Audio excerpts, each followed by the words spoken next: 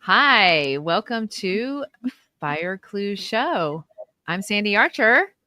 And I'm Mike Slatman, a past president of the International Association of Arson Investigators as an expert fire investigator. And today we're going to talk about, well, first of all, we have a very prestigious guest. Randy Watson, who is well known throughout the fire investigation industry. He was the chair of the 921 committee, NFPA 921, a guide for fire and explosion investigations for 10 years.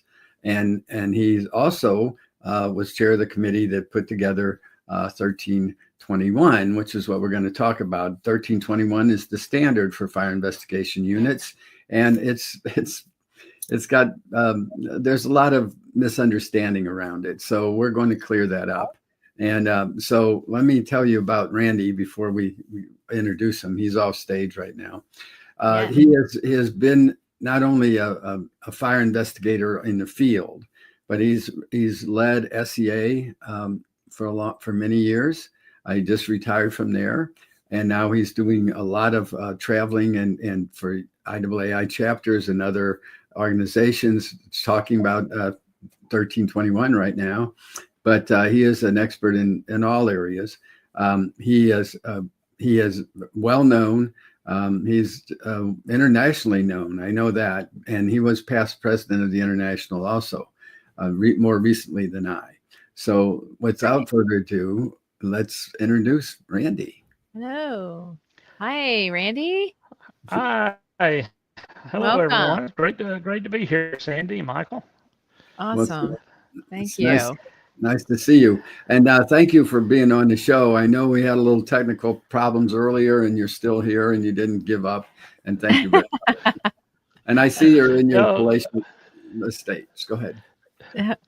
No, thank you for the invitation. It's always great to be on. I really appreciate what the two of you are doing with the Fire Clue, getting information out to the industry and to the public in general to help them understand more about fire investigation. So it's a tremendous privilege to be on with both of you today. No, thank you. Thank you. Yeah, that's our goal here, is to talk to the person that's in the industry and also talk to the lay people who don't know how fire investigation works. So you're going to talk about some standards today. So tell me a little bit about the scope of NFPA 1321. It came from a discussion in the Organization of Scientific Area Committees, commonly referred to as OSAC. They were charged with improving existing standards or creating standards where standards didn't exist. And the Subcommittee on Fire and Explosion Investigation initially had a very easy job because we already had 921 and 1033 they could contribute to. In doing that, the committee saw a gap. The fire investigator was addressed in 1033. The fire investigation was addressed in 921, but there was nothing to address the units or the entity. One of the OSAC committee members was a former fire chief for the Houston Fire Department. And during our discussions, he made the comment that there was only $3,000 available in the training budget for the fire investigation unit for the Houston Fire Department.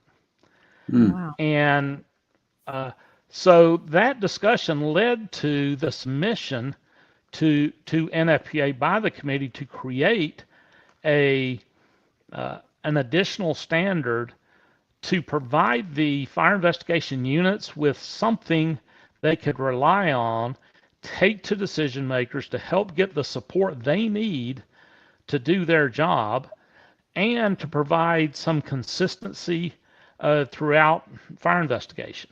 As I know Michael knows, many times in a fire investigation unit, this investigator does things one way, another investigator does something different, and so this came about to provide some guidance, some consistency, and it applies to both public and private sector investigators.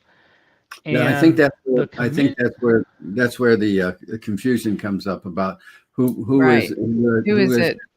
who is it that it applies to, and Right. what that's going to change inside their units. Like there's a difference on what the fire department and the private investigators um, are already have in place. So you can talk about that, please. I'm sorry.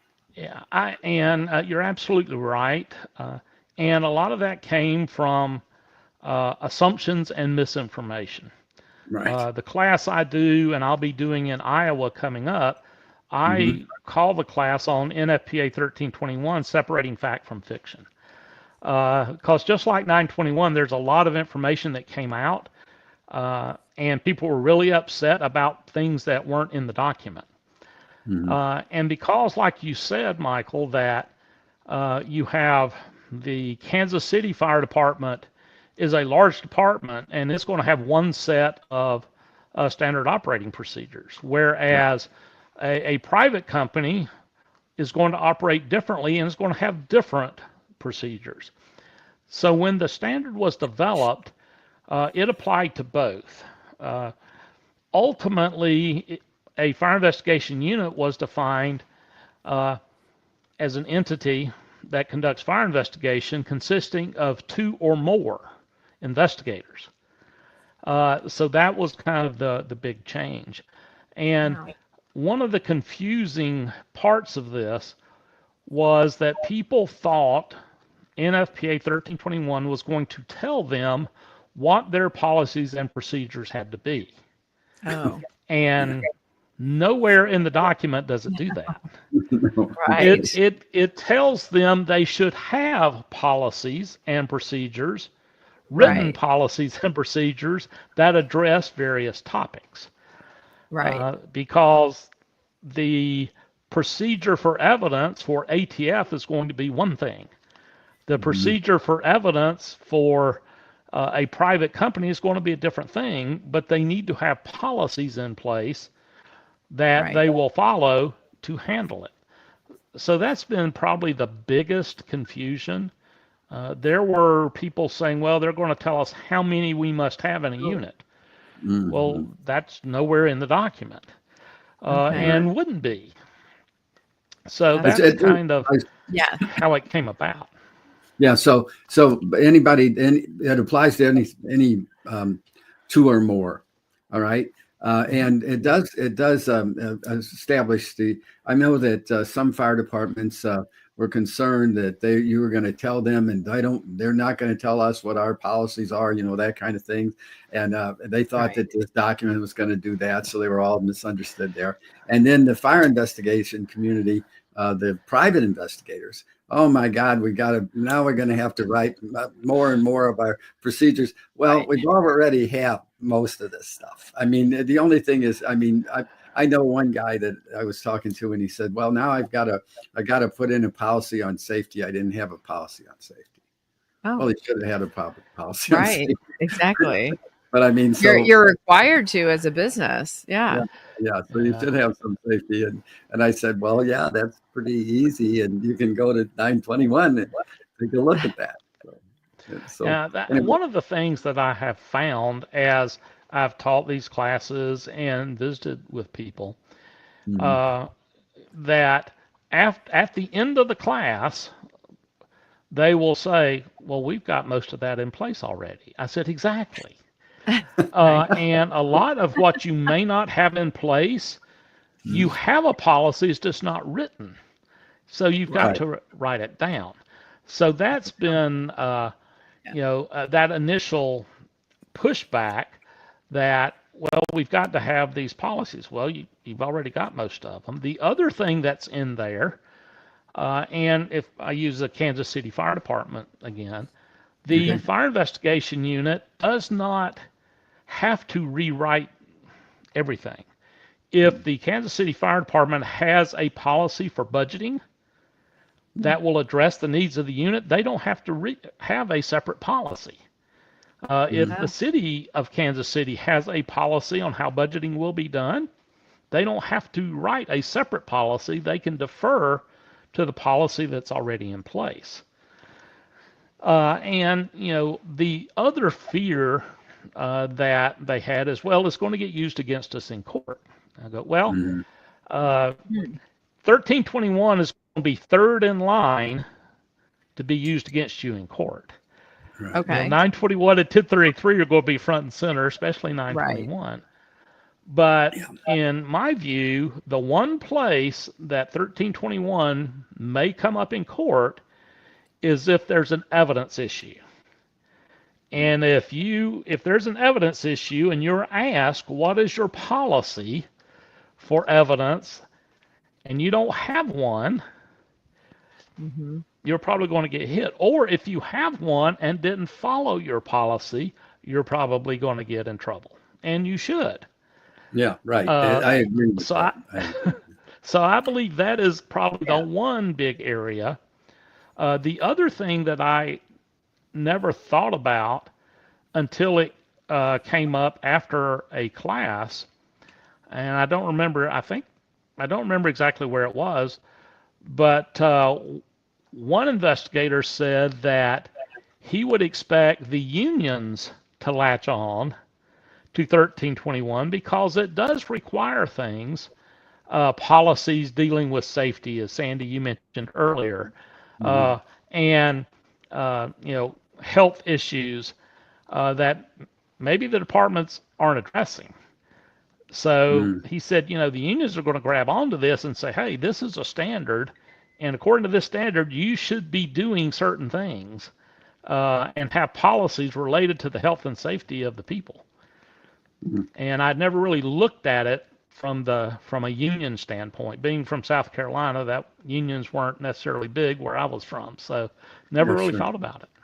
Right. Yeah, well, I imagine that they will have some things to say about it. There's a very strong union in Kansas City, Missouri, in their fire department, and I imagine they will be talking about that. But I think I want to bring up one other thing, because you were chair of this.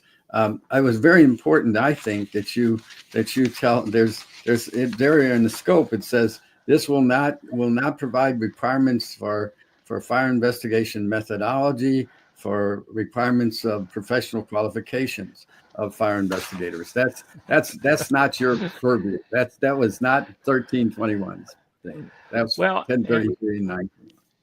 And it's kind of interesting that you bring that up.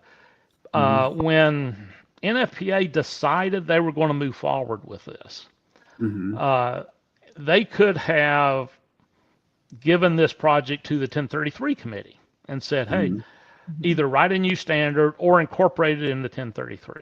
They could have given it to the 921 committee, but they decided they wanted to have a new committee. And at the time this was going on, I was still chair of the 921 committee. Right. And I was asked by NFPA if I would consider chairing this committee. And I said, it depends on the scope. And they said, what do you mean? I said, it must stay out of qualifications and it must stay out of methodology. If not, you're going to create a conflict between 1033 and 921. So that was part of the scope, and then it was specifically spelled out in the document. So when we're talking about qualifications, it defers to 1033. When we're talking about methodology, it defers to 921. And that was very important from my perspective, if I was going to chair the committee, that we didn't create this conflict. Right, and it's not a massive document. 1321. It does have different chapters that are, I think, contributing possibly to that confusion, because the chapter education, training, and certification, and then that says education and training, certification, and professional development. Of course, we do have. In private investigations, in private places, you do have that, I think it was misread, and it says that you're going to establish what the education and training is supposed to be. I think that's what it is. Right. And Is Yeah. that where I think, the conflict came in? I mean, is that where the misunderstanding came in? well, I think there were some misunderstanding in various levels, but right. that chapter 7, education, training, and certification, Mm-hmm. in my mind, is one of the most important chapters, Mm-hmm. aside from maybe safety, Right. because it this is a standard, so it mandates that the fire investigation unit is responsible to provide funding and resources for training, and it Okay. also requires that they can, you know, that certifications are maintained. And to Right. Right. maintain your IAAI CFI, which I have and Michael has, Yep. you have to have ongoing continuing educational Education. development. Absolutely. So So this who would that required that who to be maintained. Right. so because I am part of the administrative side of fire investigation, to me that would mean that I would be included in that scope, correct? I think that would be open to interpretation. Okay. This talks about, uh, you know, education and training, but it also branches to all parts. In Okay. the, I believe it's chapter 4, it talks about, uh, work scopes, and that Mm-hmm. applies to everybody within the fire investigation unit. Right. Right. So if you're an administrator, if you're a, uh, you know, administrative assistant, or if you're some, it talks about the training. It talks about the requirements so that they understand to be able to support fire investigation.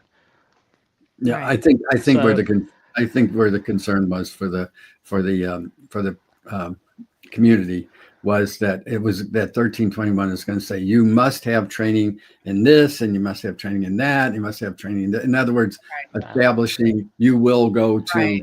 to a interviewing course. You will go I'm, to it. And You know.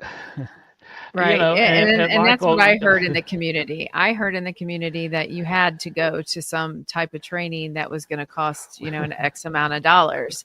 That was what I heard secondhand, right? well, Michael, you and I probably would both love if we put in here that a fire investigator shall attend the IAAI ITC on an annual basis. Yeah, wouldn't that be nice? Yeah. Unfortunately, we can't do that. It Right. says in the very first thing that personnel in the FIU shall receive education and training in the field of fire and explosion investigation. Yeah. Period. Yeah. It doesn't It spell doesn't out say, how. How, right, or That who. we have one of the greatest things that IAAI ever did was CFI Trainer. right. Well, we've got Right. 90 modules there that are Right. Mhm. free. Uh, so it doesn't specify how, uh, but then it goes down to talking about maintaining your certification. Now, a certification may specify how and Mhm. what, but all Yeah. this document says is that you will. Okay. Uh, Right, so, which is just the broad form as many it should be interpreted as that. I mean, it's not telling you have to have five interviewing courses and then a deposition course. It doesn't say that, and Right. that's what I no. was trying to get across was this is not establishing. It just says you shall train. It doesn't say you shall train in that area. You should just this not Yeah, this you will take this and you will take that. Well, yeah. in the No, scope that I'm in, as in HR and administrative, that's why it's important to have those policies and procedures in place on the scope of a person's job description, on what they do and how mhm, they handle this in fire investigation, even, very specified instead of general. mhm. I think Yeah, it's important. and that was really a big part of chapter 4 because it gets into the management side Mm-hmm. and the operations. Uh, but another part of this chapter 7 on certifications, the very first thing under certifications, it says the fire investigators in the FIU shall be certified as meeting requirements of NFPA 1033. And Right. this has been a big question. It doesn't say certified by who or what. Okay. And NFPA, if something is not defined, you defer to Webster's. And, to be certified, it means that you have been approved. And you can self-certify. The unit can complete something and say, we certify that our fire investigators are meeting NFPA 1033, Okay. and check off all 28 of the JPRs, and they can self-certify that. Okay. And That's which is, one of the changes that happened with the IAAI CFI. Pro Board required us to, I'll use the word certify, that the JPRs were being met, which required the sign-offs, mhm. because they would not accept the investigator just signing something and say, yeah, I meet all of these. Right. So the Right. the unit can certify, here's the 28 JPRs, and they can do various things for each JPR and check them off and sign them off that, this person knows how to do this particular JPR. Yeah, Okay. and the JPR is naturally outlined in 1033. And what I think is good, and I've got to throw this in here. Dr. David Icove wrote the latest along with um, well, anyway, he wrote the edition 8. Okay, and edition Of 8 Kirk's. has, of Kirk's Fire Investigations, and he has along with Gerald, Gerald. Anyway, Gerald so Haynes. Gerald Haynes, and so that actually has the JPRs in there from Washington. He copied and got permission to copy him on how to do them, because the JPR says you'll secure the scene. It doesn't tell you how to do it. But edition 8 of Kirk's Fire Investigation with Haynes, Dr. Icove wrote and put in there how to accomplish those. And a lot of fire investigators need that book. Because you can go broad form and say you will do this, but then you need the individual steps, and that's what I think is important. Yeah, And I so, think people sometimes lose sight with the JPRs. They look at the 28 and it says you shall do this. right. They forget that there's two other components to a job performance requirement. One is the Mhm. task you shall do, but then Right. there's the requisite knowledge and the Right. requisite skill. What is Right. the knowledge you must have in order to carry that out? So that's why 1321 continues to defer to 1033 when it's Mhm. talking about qualifications and things like that. Well, you're going all over the country now, and as you always have, actually teaching different subjects. So, but this one is the latest. What kind of pushback are you getting? Pushback? I know you said you have questions after. Are you getting pushback too? Well, it's really interesting, Michael. I just did a virtual class for the European chapter, Mm. and they had 108 or 10 signed up for it. And I just got uh, a call from a mutual friend of ours, John McDermott, Uh-huh. Yeah, I know. uh, and wanting me to do that same 2 hour block for Canada Yeah. and Oh, across the Canadian. Uh, Usually, when I show up, people, especially if it's somebody that hasn't had anything on it, they're not happy. oh, Uh, just in general, because cops and firemen are all the same. They don't like the way things are, and they like change worse. Yeah. Right. right. So,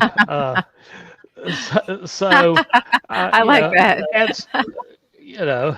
So I usually start out and I say, well, how many of you are familiar with it? And some will raise their hand. And I say, how many of you are really happy and excited that it came out? And of course, virtually nobody raises their hand. And and I say, I like you that. know, give me a chance. And as we go through this, rather than trying to find loopholes to get Right. around it, look for how this document can help you be better. Mm-hmm. So that's That's good. kind of the tone I set with it. That's good. There's things in here you may not like, but they can help you be better. And usually by the end of the class, people are more on board. So, well, we've got a lot of this already. This Right. really isn't telling us to do anything we shouldn't be doing anyway. And I said, exactly. Uh, the big difference is there's a little bit of an accountability thing now.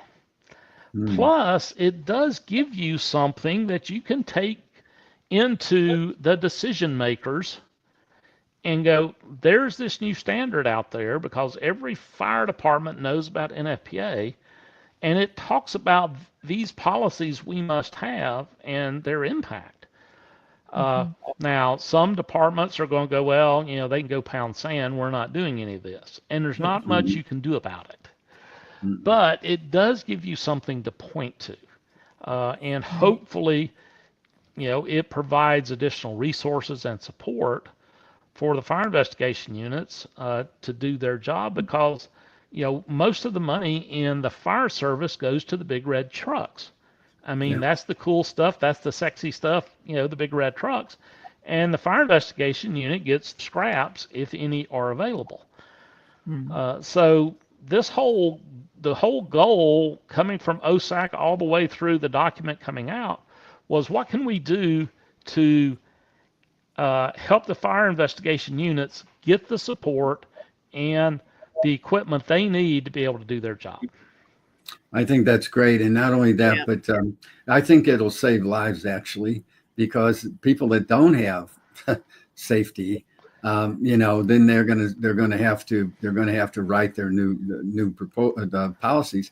And secondly, this will possibly get them to go over to the safety chapters like in 921 and start actually implementing some really good requirements for safety. I know all the fire departments have a safety officer during fighting the fires, etc. But not every fire investigation unit has safety standards or requirements that I don't.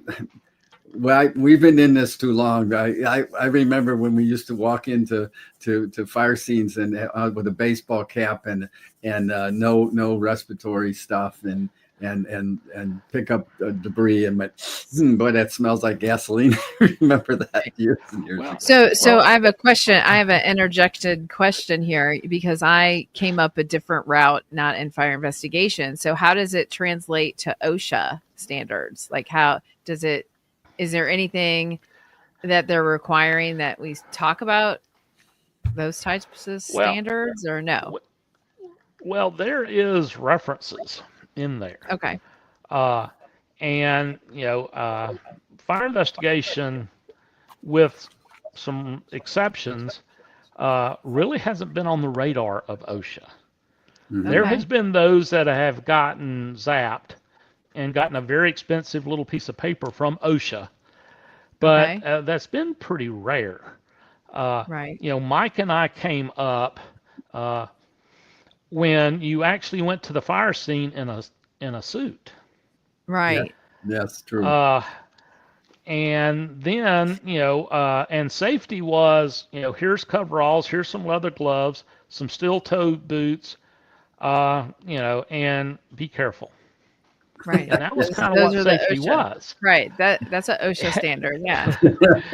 And unfortunately, we both know of many colleagues we've lost due to cancer related to their work in fire investigation. So it was very important that we had a chapter in 1321 outlining that. It's also very important that the new edition of 921 that's coming out, that safety chapter has been completely rewritten. Yeah. And I'm also really proud that in 2016, IAAI took the initiative to establish a safety committee, and there are free safety documents on firearson.com that can be downloaded for free. Respiratory protection and quick tips, and then a fairly large document on safety. So there's lots of resources now for investigators to protect themselves and their families, because in addition to myself, those coveralls that I wore in that fire scene, I would bring them back and throw them in the washing machine, the same washing machine that all of our other clothes were being. Family, right? The family. I just didn't know any better, at the time. Right. Contamination, yes. Well, I mean, I don't know how long. I mean, seriously, I don't know why I'm still here. Because I don't know why I don't have black lung disease or some terrible respiratory problem. And on top of that, and years ago, everybody in the world smoked. So now we smoked and we were fire investigators. Remember that crazy previous thing that movie showed all the fire investigators smoking. And I mean, and all the firemen doing overhaul. So we have improved our health, but I don't know why I'm still here, because I should have black lung disease. And of course, you don't have that either, do you, Randy? Yeah, I mean, when I first started with the fire department in the 70s, I was shown the truck and I was shown the air packs, and they said, but we don't use those, because if you use it, we got to go take it somewhere and get it filled. So we don't really use those unless we have to. CBA,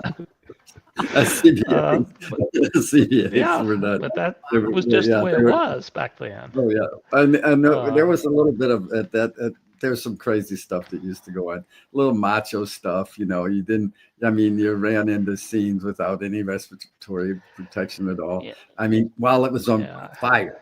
Okay. Yeah, I was a police officer when I got into it through some police, and I remember running into a fire, a thing on fire, because there were supposed to be kids in it, and all I did to protect myself was crawl around the place, but I was just I was sucking in all the smoke and everything. Right.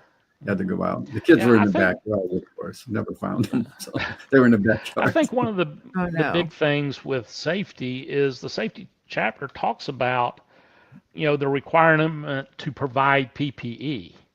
Yes. And it needs to be appropriate PPE for the job. And the reason I stress that is, in the fire service, they could say, well, you've got this turnout gear. That's your PPE. Knock yourself out. Well, that turnout gear here in Georgia, where I live now, in July and August, creates another hazard.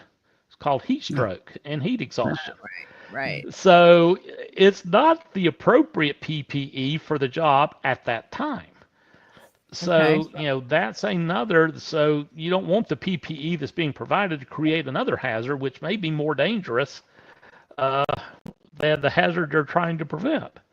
So that's exactly so is this 1321 on the CFI trainer as a module for people to do? Is there a module for it?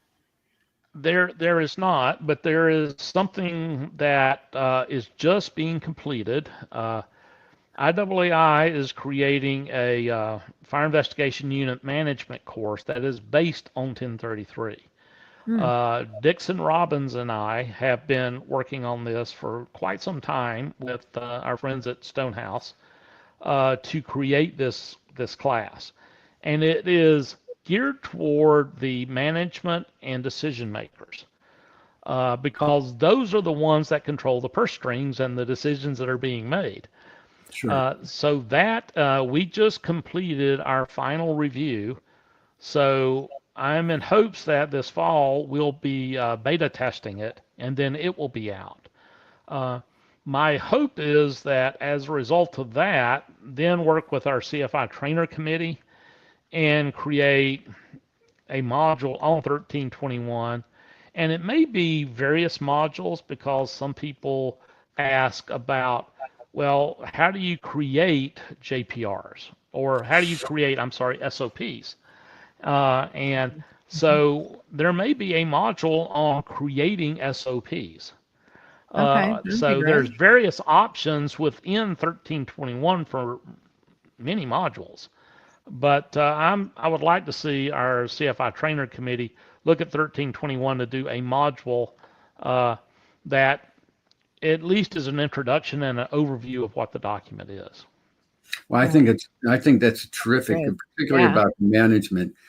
We have large investigation companies throughout this country, and some of them are massive, and and so some of the big box stores have been totally going to CFI trainer and not doing outside training. And I know this from reviewing a lot of their CVs, and that they need to go to outside training as well as in-house training. Because what happens is you can become focused. If you're doing only in-house training, you can only get focused on what your particular training director well, thinks is Right. important, when you should really be doing to the whole scope. And that's where I think this is wonderful, Randy, that Right. Yeah, you've got that. I, Yeah. yeah. I think one of the and being on the CFI committee and reviewing, I see a lot that 90% of what they've got are CFI trainer modules.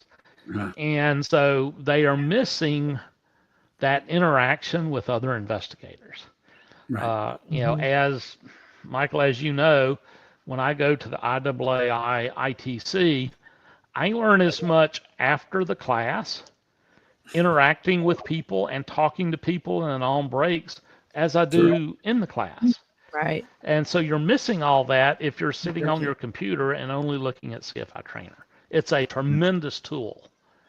Right. Right. And during COVID, thank goodness we had it, Hmm. or there would have been no training to get. True. So Right. that's been a great asset to the industry. Yeah, not Yeah. only that, but of course, the IAAI chapters put on their own training, and they bring in speakers like you from all over the spectrum. And the idea with the IAAI chapters is to stay current, the latest research. And so we always encourage people to go to their chapter training. If they can't go to the ITC, go Right. to their chapter Mm-hmm. training, and also use supplements with CFI trainer. Right. Because even though there's 90 modules, there's not 2,000 modules, so you're not going to get everything covered. I mean, I Right. have a friend that's the one of the best battery people in the whole country, and and he has volumes of material that is not out there because you can't teach that much. I mean, it's just Right. the way it is. Yeah, So and you're missing that local resource. If you're yes. going to the Missouri chapter, well, you're Mhm. interacting with Missouri members Right. Hmm. and learning that I don't really know a lot about a given topic, but the guy in the next county over is really up on that, so I can Right. get him and get that help and support that I need. That's good. Yeah. So Randy, when is your next training? When are you training this next? In Uh, Iowa. I will be in Iowa in September. Okay. And then I will be doing a 2 hour virtual class for the Canadian Association of Fire Investigators also in Oh, September. oh, neat. So those are the two classes I've got coming up. I've just recently been in Michigan and Wisconsin doing this. So So now you're doing the Iowa is Midwest going to tour. be, yeah, Iowa will be 1321, 921, and 1033. So that'll be an 8 hour session there. So Oh wow. Okay. Okay, so Randy, I'm going to Israel again in October, and so I'm going to be teaching at Tel Aviv at their bar association for the judges and the attorneys, and I'm going to bring I'm mainly talking to them about 1033 certifications and who's an expert and things like that. However, I will be bringing this up to them that there should be in Israel as well. They are very, very high on NFPA and IAAI. They have a chapter there, and they have an academy that is very, very, very tuned into NFPA. They have an agreement with NFPA, and they have us, you and I, and other members that are familiar with them. And I know you and I were going to go to Israel, and then it got canceled. So we're going to have to do that again. But Yeah, I that wonder, little pandemic thing got in the way. didn't it? Yeah. Yeah, it did. Yeah. Yeah. Anyway, but I was thinking that wouldn't I was wondering if since Canada is doing that, could you do a virtual? Can you do a virtual class? Are you going to do a standard virtual class? Or are you going to do an individual chapter for virtual class? Well, what I am doing, what I did for the European chapter and what I did for what I will be doing for Canada, because they've asked for the same, it's a 2-hour block. Mm-hmm. And so it's a basic overview of what the document says. Okay. So, and I'm happy to do that virtually with, anyone that, wants to, talk about it. I have done, before the document actually came out, I was in Chile. And so talking about 1033 and 921 and of course 1321. So yeah, Mm-hmm. I'm happy to do a virtual class with anyone that needs help and is looking for something. Do you have something that that strikes on all of those three? Do you have like a 2-hour block or 4-hour block that chapters all those things? You 1033, 921, 1321. Do you have anything that's like a comprehensive at Well, this time? I will put together whatever somebody wants. Mm-hmm. I've got an 8-hour, I've got a 4-hour block, I've got this 2-hour block. What I always tell people, tell me how much time I have and Mm-hmm. what you want me to cover, and then I'll figure it out from there. Because obviously if it's a 4-hour block and I'm talking about 921, 1033, and 1321, it's going to be a pretty high level discussion Right. of those topics. But if a group says, yeah, we'd like for you to do that, but we'd really like you to spend more time in this area. Okay, fine. I can reduce some other areas and we'll concentrate on this. So I really tailor it to whatever the people want. I got you. So the reason I'm asking that is since I'm going to be in Israel, I will be dealing with the fire academy there, and they are the ones that teach. They now teach they teach fire investigation, and I'm going to be dealing with the chapter. So I wanted to find out if there is an opportunity, to just get any type of a virtual thing for them, and so bring it up to them if you don't mind. Yeah, absolutely. I mean, and if they want to do a series, okay, we want to do a 921 in this block, and then we want to do another block on 1033 and another block. However they want to do it, I'm happy to work with them and try to find ways to support because, Michael, I'm just like you. It's all about spreading the word Right. and trying to help the entire industry get better, pursue excellence. Right. Because that's what it's all about. Right. Absolutely, and that's why I have quality people like you on our show. Yes. So Absolutely. you're fantastic, Thank you. and we're not. I'm an admirer as well as your friend. You know that. Okay, so We've been friends for a very long time. yeah, absolutely. Anyway, so now, how are we doing on time, Sandy? We're got about 15 more minutes. So Okay, fantastic. So let's talk about that. Let's talk about you were the principal and one of the principals of SCA, and now I understand that you've retired. And Uh, you retired right from? Do you totally retired or what? well, I retired from full time at SEA after 32 and a half years. Right. Wow. I spent 9.5 before that with a company that you and I both worked for, INS Investigations Bureau. Right. Did. Uh, so I am still doing some projects for SEA to assist them where they need it, uh, Mm-hmm. and help them. Staying very busy with IAAI. I'm the secretary treasurer of the association, and that was made a executive position in the Constitution to comply with Maryland law a couple years ago. So I'm Mm-hmm. staying very busy with that.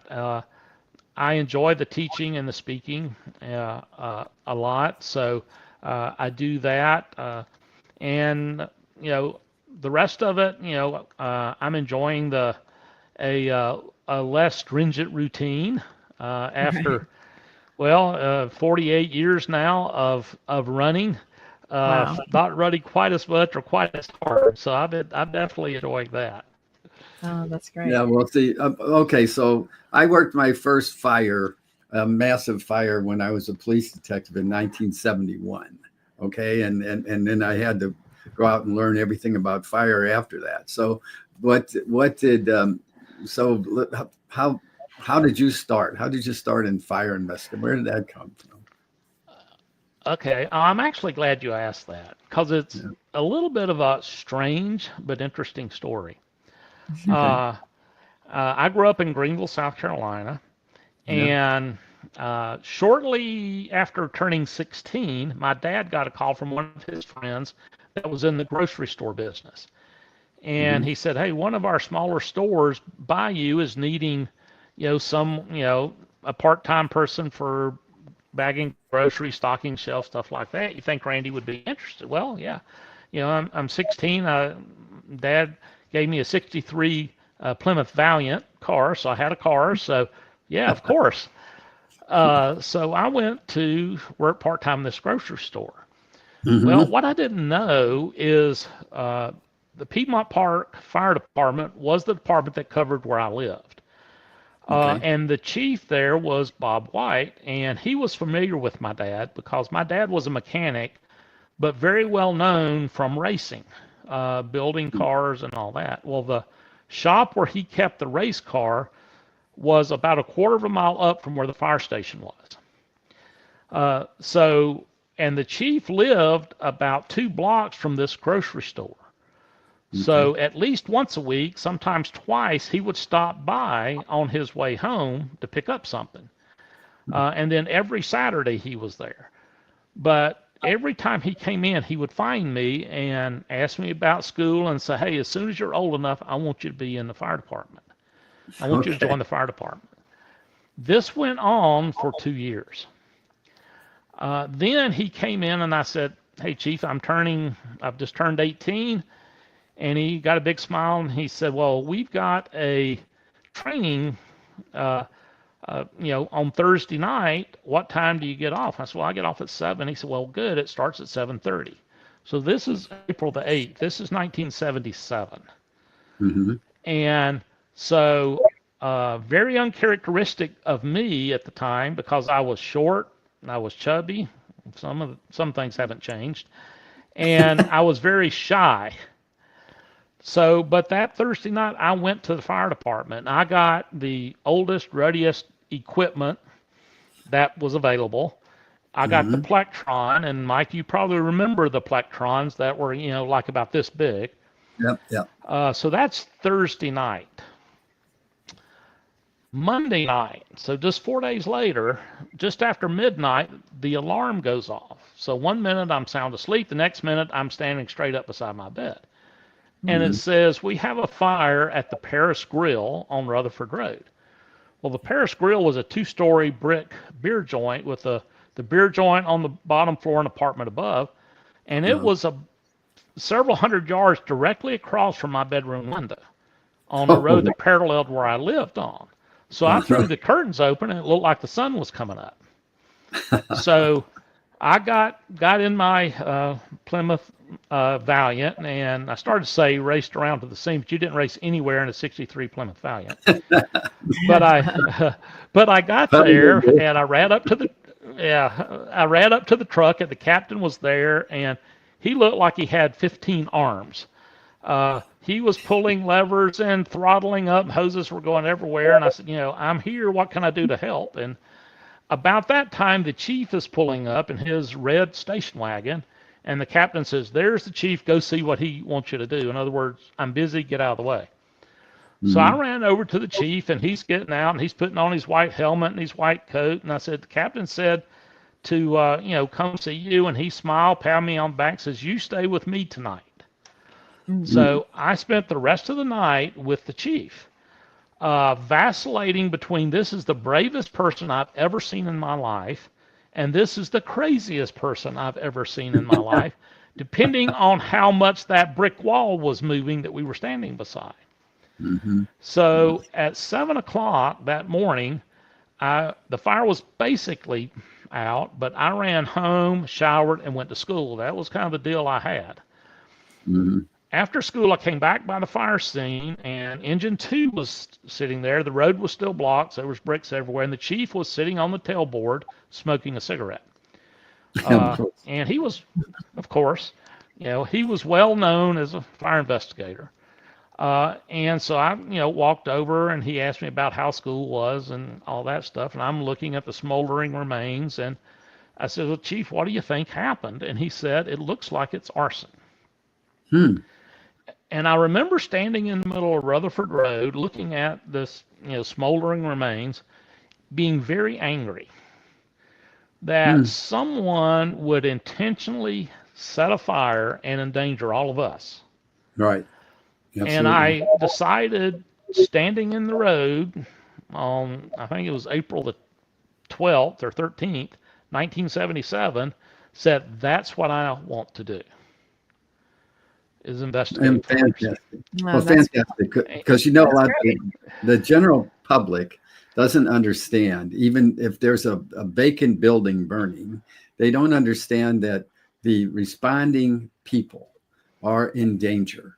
The fire department people, if there was an ambulance, if there's a police car, whoever the first responders are always in danger of being hurt. They can get there. There could be an explosion. There could be a backdraft explosion. There could be a deflagration, of course, and then of course there could be collapse. There can be like recently there's been some explosions due to fireworks in basements and things like that because it was and you can be on the scene and suddenly there's an explosion and it kills. It can kill first responders. And then, of course, there's those idiots that sort of start a fire, and then they bring the first responders to the scene like that guy did in the national park and shot the firefighters. That's that. Up in Idaho. So every time the fire alarm goes out, there's first responders are in danger just by getting hit by cars on the way to the scene. So many of the injuries and deaths to the public service is during the response, not necessarily the actual event itself, but just responding to it, getting there. So it's a shame. A lot of volunteers are going as you did in your own vehicle. You're out in a rural area going in your own vehicle, and in the winter they'll run off the road and get killed. They could get hit by another person in traffic.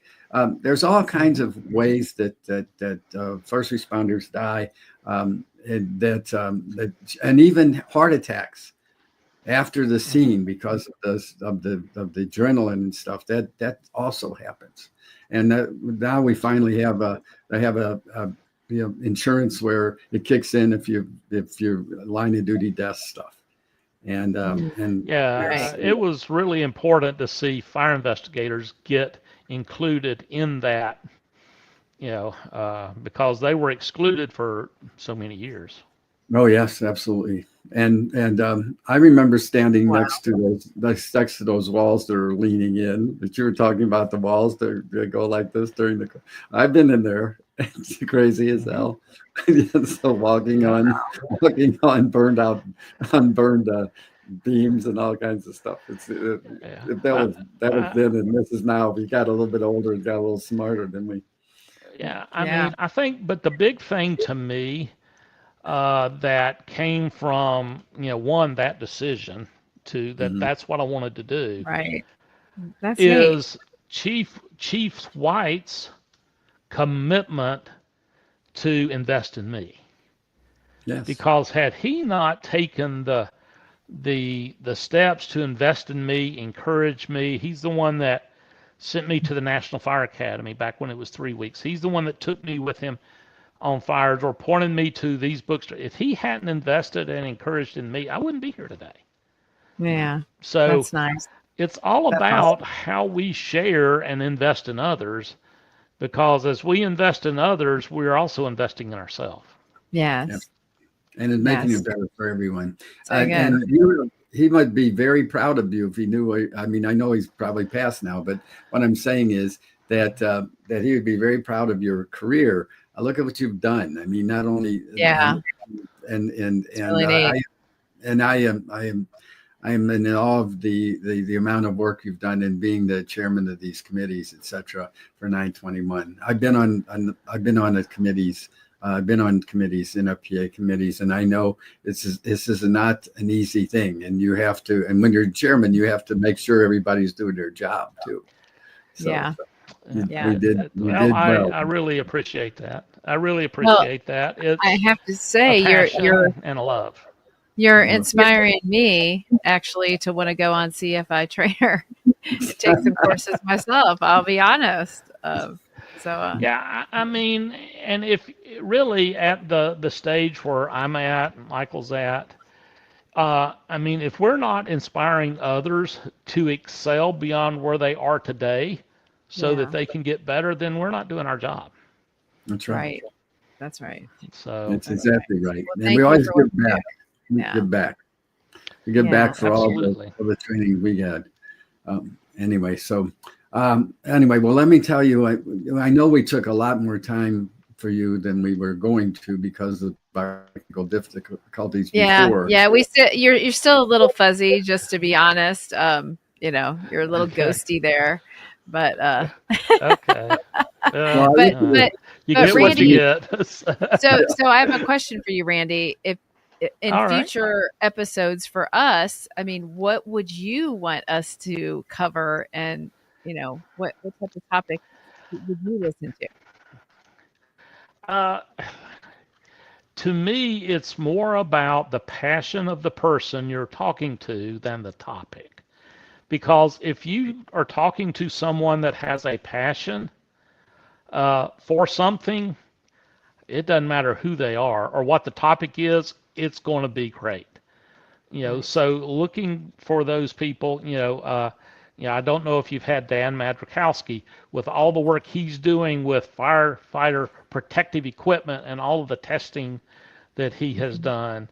Mhm. Talking to representatives of University of Eastern Kentucky and New Haven and Oklahoma State that Mhm. are training in the science, the future of this industry, because Right. when you're at the IAA ITC and you're up on the podium and you look out, there's a lot of gray hair and no hair sitting out in the audience. So, you know, talking to them, talking with the chairs of the student committee for IAAI and what they're Mhm. doing to encourage the young people. Right. Elaine Pope is another good one that has a tremendous passion for the fire deaths and the investigation and is willing to share. Oh, yeah. So I mean, for I've me, I've taken a class find of people hers. that Yeah. have Yeah. Yeah. find people that have passion and Yeah. give them an opportunity to share that passion, and it's going to help everybody. Yeah, Great. well, we're going to try and get Dan. He was on a couple of times when we had speaking of fire. Okay. the old Yeah. speaking of fire courses, we did that for 18 months and podcast, and we're doing these now, and we're going to be on by the way, the first Tuesday of every month we have a show. And Right. so we were happy that you're here early in our presentations, by the way. Yes, thank you. Randy, I've enjoyed this a lot. Thank you for coming on and this interview to give more clarity to NFPA 1321, because I was part of that audience of going, okay, what does it govern and what do we need to do? So, yeah. No, thank both of you for the invitation. It's always great. It's great to see both of you, and thank you for what you're doing to get the word out, and again, just help our industry get better. Right. Right. Well, if you, anybody has any comments or questions for Randy, we will forward that to him after the show. So please comment, and we will get those questions to him and see if he can give us an answer. So make sure you do that. And make sure you come back next first Tuesday. Okay. Yeah.